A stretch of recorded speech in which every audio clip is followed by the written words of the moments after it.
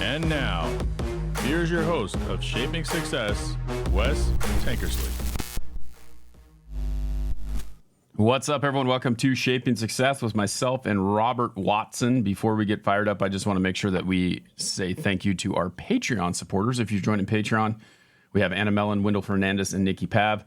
Nikki is in the chat room here. If you guys want to hang out or you want to, jump in on that Patreon, please go help support the show. Subscribe here on TikTok. The best thing you can do is interact with the comments, and you can also listen to the podcast or watch it wherever it is and make sure that you are interacting, because that is the free thing to do. If you want to help for free, or if you feel monetarily you want to help the show, you definitely can do that as well. But thank you for doing that to our Patreons. Robert, good morning. Some changes in the country this morning. Well, they won't take place until January, but we've kind of got an idea of what's going on, right? Absolutely. And so, that's literally where I was. I was fielding calls. I just talked to Europe, and we've been fielding calls since, I guess, 6 o'clock last night, because we kind of knew how the exit polling was looking, and we just were wondering how it was all going to fall out. So it came out pretty much as expected, and it's actually going to be, again, depending on how the numbers actually flush out, it's going to be both an electoral college victory and a popular vote victory. Yeah, and that's what it looks like. I mean, he definitely won the electoral college, but looking at the popular vote, I mean, he's ahead by quite a bit, right? Yeah, but he's going to lose a lot of ground when California starts reporting the votes, because it's about a 60-40 there. And so there's probably going to be about 2 million of his gap that's going to evaporate. He's got about a 4 million vote lead. It probably will evaporate some of it, about half of it. Yeah, it's pretty crazy to see how that goes, though. I mean, it's amazing to me that, you could kind of see how it was going. It's still like, you worked this year. You said you were working the other day. You're working a little bit on the Oregon election, and obviously they're still. I was just looking at the map. They're blue. Yeah, and it was basically just nonpartisan, get out the vote. Trying to get people, especially in rural communities and coastal towns, trying to get their voices activated, not caring partisan one way or another. We just want America to speak. Yeah, we believe that. When everybody speaks, we get exactly what we're supposed to get. Yep. And so what was surprising was some of the measures in Oregon were, wow. Yeah, that was surprising. So. Yeah. And, we talked a little bit about this the other day, because I grew up in Oregon, that's where I went to high school and all that stuff. Right. But I went to Eastern Oregon. So right across the border, because I live in Idaho and, moved into Idaho as an adult. And there's a big section of Oregon that doesn't think the way that the rest of them does, but it doesn't matter, because if you don't vote, your voice is not heard. And I think that a lot of times, I can't remember what I was talking to, or I was listening to something the other day, and they were talking about something that Reagan did in California that basically cemented California as being blue for the rest of the, forever, because they're never going to really change with immigration, how he handled it or something. And you just kind of know there's these states that are that way. But the problem that I hate about the Electoral College is that when you do look at that, you see that there is, and I think we've talked about this before, there's like 3 cities that have such a population in California. There's one in Oregon.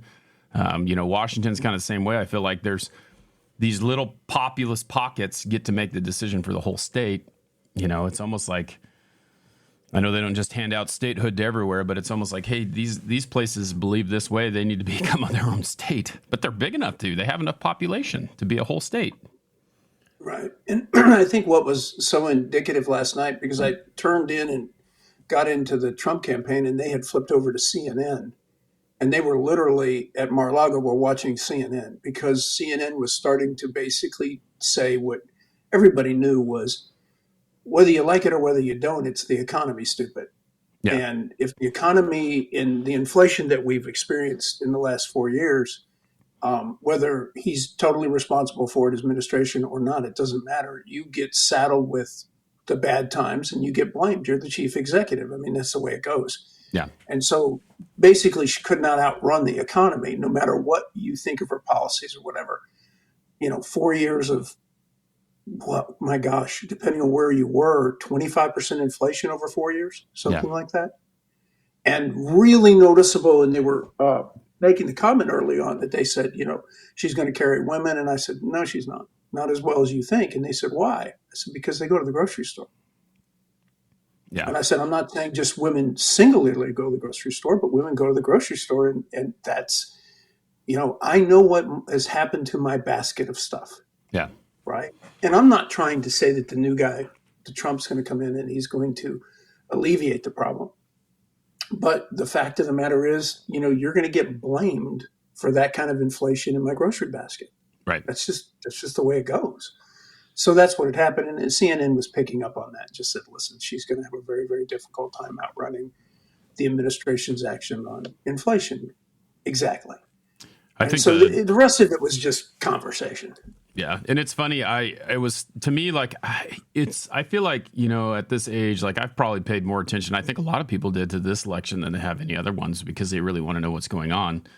I watched 3 debates this year, which I'd never watched a vice presidential one, which I did because it's interesting to see what's going on. I watched, the 2 debates, one between Biden, which, kind of dropped out, and then Trump. And then there's a lot of things that just kind of bugged me about the whole thing anyway, because you can't really, no matter what party you're from, if what happened with her, she's in trouble anyway, because if what happened with her happened to the GOP, it would have been the same thing. It'd been like, I would have thought the same way. How can you trust someone to come in without actually really being elected? And then everyone starts coming out with all this stuff like, well, we picked Biden, so that's the same as picking her or this and that and blah, blah, blah. It's like, right. Had they done, like, I feel like when they gambled on that, they gambled wrong anyway, because had they done it the right way, we might have had a different result, right?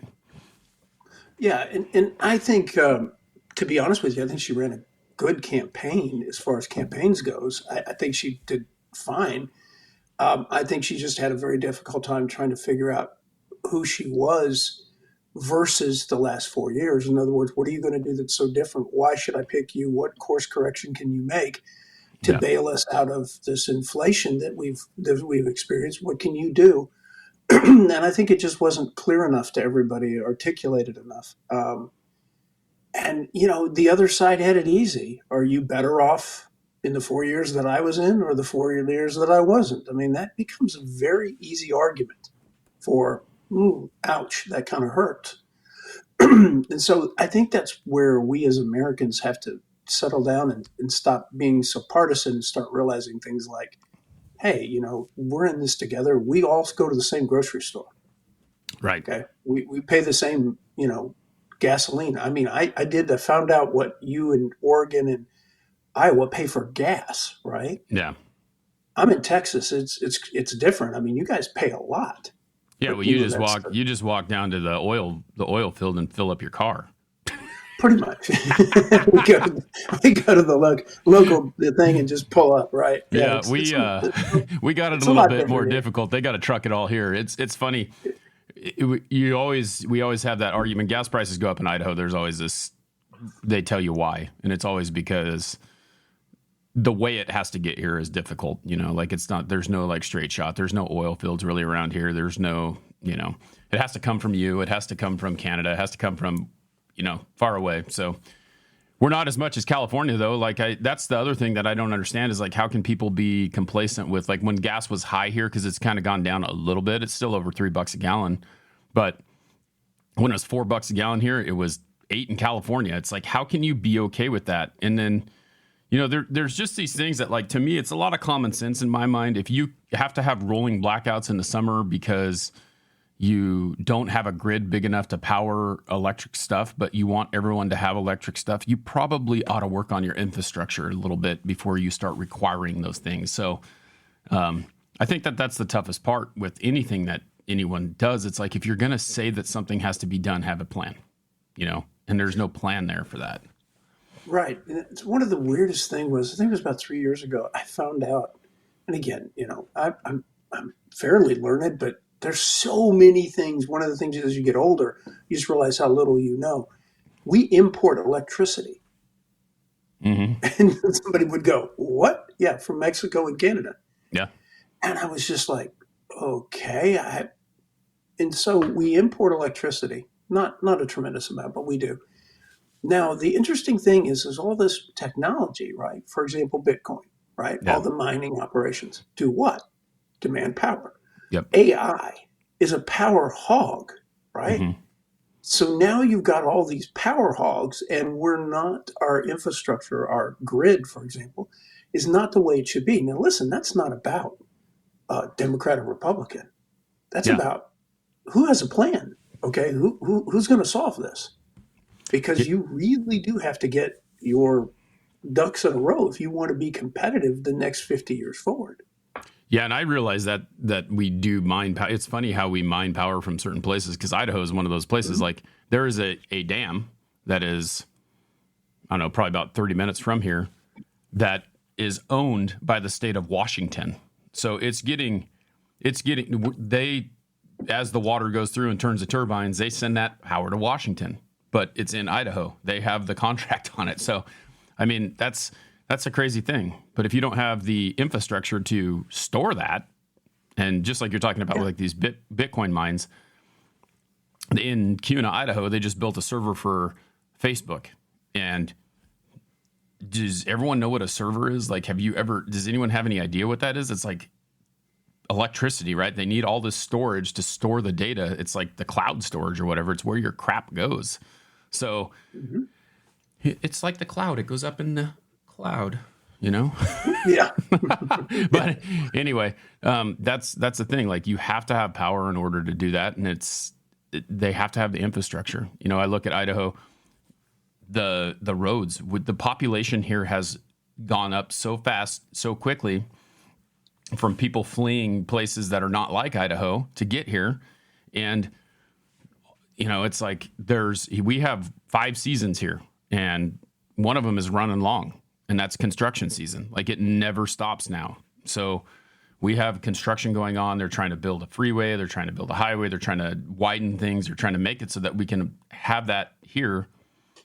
And it just has to do with planning. I feel like if you know that this is coming, then you probably ought to plan a little bit better. And if you want electric vehicles in every single household, then you probably ought to make that. I mean, when we built our house, we put in the 220 that you need because we might be forced into an electric car someday, you know?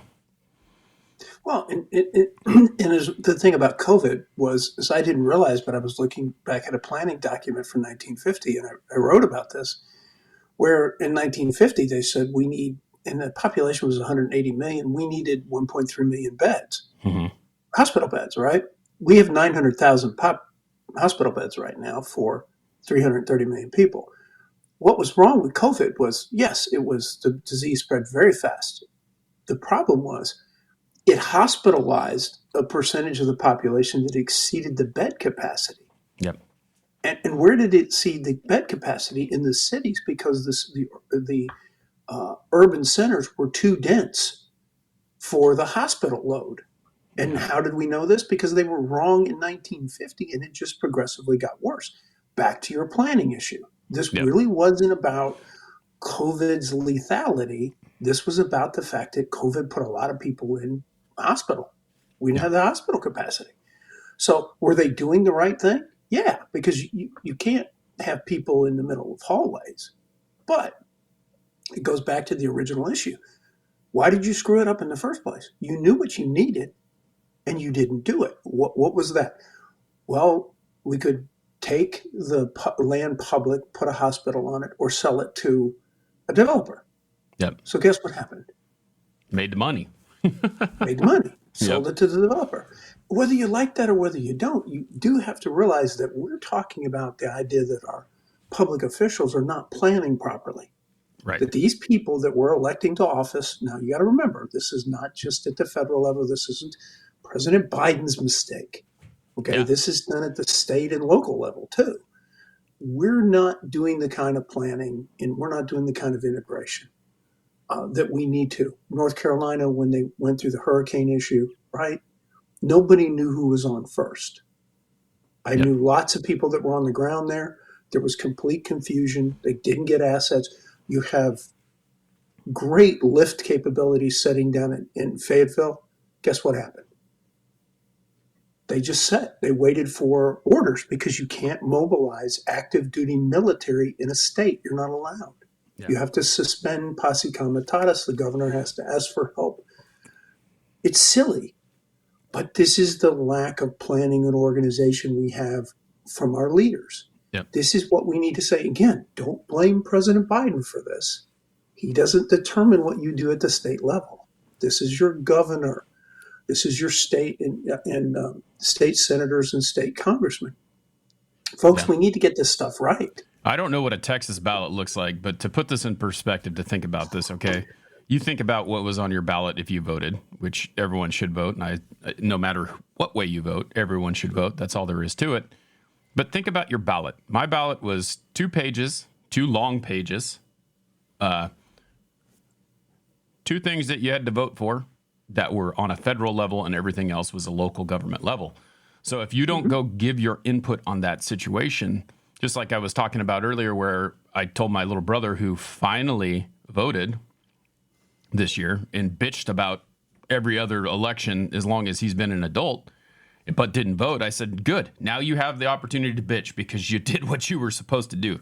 You can't bitch about it if you don't try to make a change. That's all there is to it. And that's the way I feel about it. It's like, if you didn't vote, then don't complain about the next 4 years. You had an opportunity to make your voice be heard, and you did not do it. Right, and be sensitive to the fact that presidents don't dictate what states do. Yep. And so at the state, like you talked about that ballot, there were only a couple things at the federal level. Everything else was at the state and local level. Yep. And be cognizant of down ballot, please. Be cognizant of dog catcher and councilmen and things, because these people affect the quality of your life. Okay? This is stuff we need to pay attention to. And to be honest with you, we took civics, the concept of what you do in a civil society, we took civics out of high schools, right? Yep. And this puts us in a position of not understanding how our government works. And I don't mean government as in the big G in Washington, D.C. I mean government in the little g that works at your state house. Yeah. This is a big deal. We need to be cognizant as citizens to make a difference in our communities. You got to know what's on there too. Like, it's funny because, like, as I say that, there was a bunch of things on the Idaho ballot, and I'm just going to talk about that because that's what I know. But there was one constitutional proposition on the back that they wanted to change the Constitution to do. You were talking about ranked elections or something like that, and they're like, "This is what this is about. This is all it's about. We don't want to do this." And then you drive around, and it's don't Californianize Idaho's elections, blah blah blah blah blah. Right. And this is all it's about. But you read that ballot, and like, I think the whole back page on that was that one thing. But they packed in there, just like they do with all these bills, where they in the federal level, they packed in 3 or 4 different things that were affected. It wasn't just the ranked choice ballot, but that's all they were talking about. And it's like, if you don't know the information, then you're not doing what you're supposed to be doing, because now you can vote yes, and it can affect all of these things.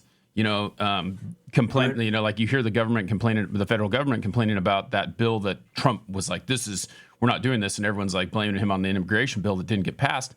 But packed in there was giving more money to all these places that we shouldn't be giving. They were going to give like $50 million more to Ukraine, and it's like, we got problems here, so that totally makes sense. Like, if we have problems here, I would rather that $50 million go to immigration reform to take care of this country than to go to another country to take care of their country, you know? And that makes sense. But if people want to say, you know, like, because they don't do the research, that this is what happened. And so it's that can happen on a state level too. And this constitutional thing, like I was telling you about, it's the same thing, you know? Right. And then and we need to have our bills come through the state and federal government as clean bills, not earmarked to death, right? Yeah. Not all this other stuff thrown in. Hey, clean bill, this is what it's about. You want your voice heard, and I have every empathy for people that want a specific issue, that are issue driven. It's very, very hard to get your issue driven all the way through to legislation because it gets played with so much. So that's what we all are desiring, something that's a little bit more transparent, less politics and a little bit more leadership, I think we would probably all say, because we do elect these people to be our leaders. And, you know, we would like leadership. And there's so much game playing that, that we don't understand, that people get frustrated. And I get it. I get that you got frustrated and you don't want to be part of the political process. But that's a cop out, and it's an expensive one. Yeah. Because you have to pay the bill irregardless, right? That 25% or 30% inflation in your grocery cart is paid by everybody. I mean, it's not paid by the people that just vote. Yeah. And that's the thing. And I think that most people don't understand that, like, because everyone always looks at like people who make a lot of money. Oh, they're rich. They don't have a problem with this, blah, blah, blah, blah, blah. But if it's happening to you, it's happening to them too. Oh, they don't pay their fair share in taxes, but they do, because they're paying it in a different way than you are. The fact of the matter is that they're able to put it where they want to put it. Like for taxes, like me, it's like, I wish that the more than half in taxes of my pay that I get would go somewhere that I wanted it to go, not to wherever everyone else voted where it went. Like, I feel like, I don't know, taxes is one of those deals where, like, if I wanted to donate half my salary because they're telling me I have to something, I would pick a cause, not their cause is, so it's tough. And there's a frustration, my friend, my incredible friend who lives in Oregon, that's what she says all the time. She just says, hey, I don't like paying taxes because I don't like where it goes. Yeah. And I said, no, I get it. I mean, but that is back to deciding that you're going to make an impact at the state and federal level. You can make an impact. Listen, you can groundswell an issue at the local level. Right. And it can become a national issue. You just have to remember that you're going to have to put in the effort. Nothing's free. Mm-hmm. I used to love people, and I said, you know what NFL stands for? And they said, National Football League. I said, no free lunch. That's what it stands for. There isn't a free lunch in any of this. You don't get to just ride other people's coattails. You actually have to get out and do stuff. Yep. Again, I was very involved in this election in just trying to get people's vote out. Right. I didn't really care about which side you picked. I just wanted you to get a vote out, like you said, so that you felt like you had a stake in the game. Yeah. That your voice was heard. And I think and I'm hoping that when we look at these numbers from the national election, I hope we see, a greatly improved participation rate. Yeah. That's what I'd like to see. I'd like to see that more people were involved in this decision, not less. Yeah, and I think that that's the big thing. I think that, no matter what happened, if you don't like it, did you do what you were supposed to do to help that happen? If you don't like the outcome, did you do what you needed to do? And that's it. Your part is to vote. And if you did not vote, then stop complaining because you did not do your part. And I don't know. That's it. So. Yeah. And one of the things we were talking about in media, and we can do this to kind of close things, but we're talking about media and the impact. And I said, that when these big legacy medias miss things, like the big networks are not really paying attention, it's because media hasn't become democratized. You and I are online and we have a voice. Now, granted, maybe not that many people watch what we do, but here's the thing. We've got a voice and it's out there. And if it gets picked up, it gets picked up. Mm-hmm. But at least we have it out there. We're not being suppressed. We're not waiting for NBC or ABC or CBS to call us and ask us on their show. We've got our own, right? Yeah. No, I'm just laughing because I'm just waiting for TikTok. I got a TikTok will do whatever they want. They'll censor us. They censored us last week. I didn't tell you about it, but they had one where they're like, nope, you can't talk about that. And then I got one strike. I'm like, this is my first strike ever in 4 years because I can't remember what it was we said, but I can't remember. It didn't matter. It wasn't even something that was, they didn't like what we said about something. I was just like, this is stupid. Like, and your video has been disqualified from the Creator Fund and this and that and blah, blah, blah. And it's like, okay, whatever. Yeah. I mean, I have to say, I don't think we say anything that's really contentious on here. No, they do some weird stuff though. Like we were on Jay and I did so on the One Drink Wednesday TikTok. Jay and I did something, and he said something about hippie lettuce, but he didn't say hippie lettuce. He said something else, and they like started monitoring us. Like you could see it in the bottom. It's like, can't say that. You've been censored. You're blah blah blah. It's like it's weird to me. Whatever. I don't care. Yeah. YouTube suppressing people for doing things that are saying things that they don't like because Google's this big old conglomerate. And you could see kind of like last night watching everything that's going on. I flipped between, like, my problem is I don't care. Like, the news is very one-sided whatever side it's on. There's no in between. There is nothing in between anymore. Like, I was watching, I don't have the local channels because I just have streaming services like a lot of people do. And what's going on, Carl? And I can't remember what it was, but like I have Utah News, which is Fox, and then I have Samsung has its own TV, which I think was ABC, and then Hulu has CBS, and like I finally like got done listening to all the rhetoric that was going on between them. I just turned the volume off and just watched the map. That's what I was doing. Like I could have just done that on my phone, but it's so annoying because they're supposed to be objective, and they inject all of their rhetoric into it. Like they inject their thoughts on everything, and it's insane to have a panel that is all one way and then to have a panel that's all the other way. Like there's no like, let's have 3 and 3, let's have 3 conservatives and 3 liberals or Democrats all in the same thing so that they can talk about it and have an actual conversation. But that wasn't the way it was. You had one or the other. And yeah, and it was so fascinating last night. So my buddy asked me what I was watching, and I said I had the AP map up. I wanted to see how AP called things. Mm-hmm. And I actually was streaming Mar-a-Lago, right, who was watching CNN. So the Mar-a-Lago crowd, right, they had flipped over from Fox to CNN. And I was like, okay, so I was watching CNN via Mar-a-Lago. Yeah.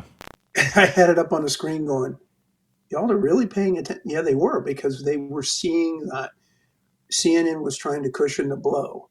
And this was early, right? Yeah. When they were seeing how the voting in Virginia was doing. And again, I was just going, yeah, but CNN, again, not trying to be one way or another, but CNN was actually being very straightforward last night. Yeah. It was like, here's the issues, here's the problems, here's the challenges that we're facing, here's what's happening. I thought the analysis was good. I mean, not that I was really paying that much attention. I was still paying attention to, I knew what the outstanding votes were, and I knew what some of the exit polling was in these major cities. So I was watching how long it would take them to flip Georgia and North Carolina, for example, and Pennsylvania, because I knew what the exit polling looked like. Yeah. And the exit polling was way down from the previous year. Mm-hmm. And I knew that Trump had carried more in every one of those areas than everybody expected. So I'm just kind of curious just to see what they would do. And as my son told me when he called from Europe, he said, hey, they just declared it. I said, well, you could have called me at 7 o'clock last night and I could have told you. Yeah. But he said, 10 hours later, I said, we knew 7 o'clock last night. Yep. Well, I think that, we talked about this a couple weeks ago. We've talked about this off and on, that the world did not end. It is what it is. Now, my hope is that, we have to, hope and pray that this administration can get things together, because they have a tough job as well. They have to prove that they earned what they got, and that's all there is to it. And so hopefully we can see that happen. And if you don't like the outcome, it is what it is. Hopefully you voiced your vote. You went out there, you did what you needed to do. You did your civic duty. You voted for what you wanted to. You paid attention to all the local things and know that, your voice was heard. And, the nice thing is no matter what it is, the majority of the country has spoken about what they want, and this is what we get. And so now hopefully they do what they need to do. Yeah, and I want to remind everybody that Joe Biden is my president right now. Yep. He's my president. I only have one president at a time, okay? Right. And that the reality is that when Mr. Trump is back in a president, he will be my president. I serve my presidents the same way I have since Jimmy Carter. Who's ever in office is my president. Now, yep. I separate the president from the policy. If anybody that I love as a president has a bad policy, I'm going to tell you about it. Yep. At least from my perspective. I'm not saying that I'm right, but I separate the two, right? Because guys who I greatly admire as leaders can have a bad policy. Yep. At least from my vantage point. And remember that it doesn't matter if you have a difference of opinion from someone. That does not make you instant enemies. Be able to have an educational or a civil conversation about whatever it is. And if you don't agree to disagree and still keep it that way. That's all there is to it. The old adage says we can disagree without being disagreeable, Yep. right? And the thing about debate in a public square is it's healthy, because I've walked into debates where I thought I knew my position. When I listened to somebody else tell it from their way, I went, okay, I still believe what I believe, but boy, I sure understand your side of it. Yep. And I didn't before. And that's one of the reasons we have debates, so that I can understand your side, so that maybe there's a compromise that we can find, because I do understand your side of the perspective. Yep. Well, I look forward to getting back to some motivational conversations. This is finally over, and hopefully we can continue to keep moving forward. Thank you, everyone, for hanging out. If you want to support the show, the best way to do it is to make sure that you follow us, like, share, comment on posts. You can also join the Patreon for as little as $2, $3 a month to support the show. Subscribe here. We will be here 2 days a week for the longevity of however long we can hold up. Then you can catch it anywhere you listen to podcasts. Subscribe to the YouTube Shaping Success with Wes Tankersley, and we will see you guys on Monday. Have a great week. You too. All right, everyone. Thanks for hanging out here on TikTok. We will see you next time.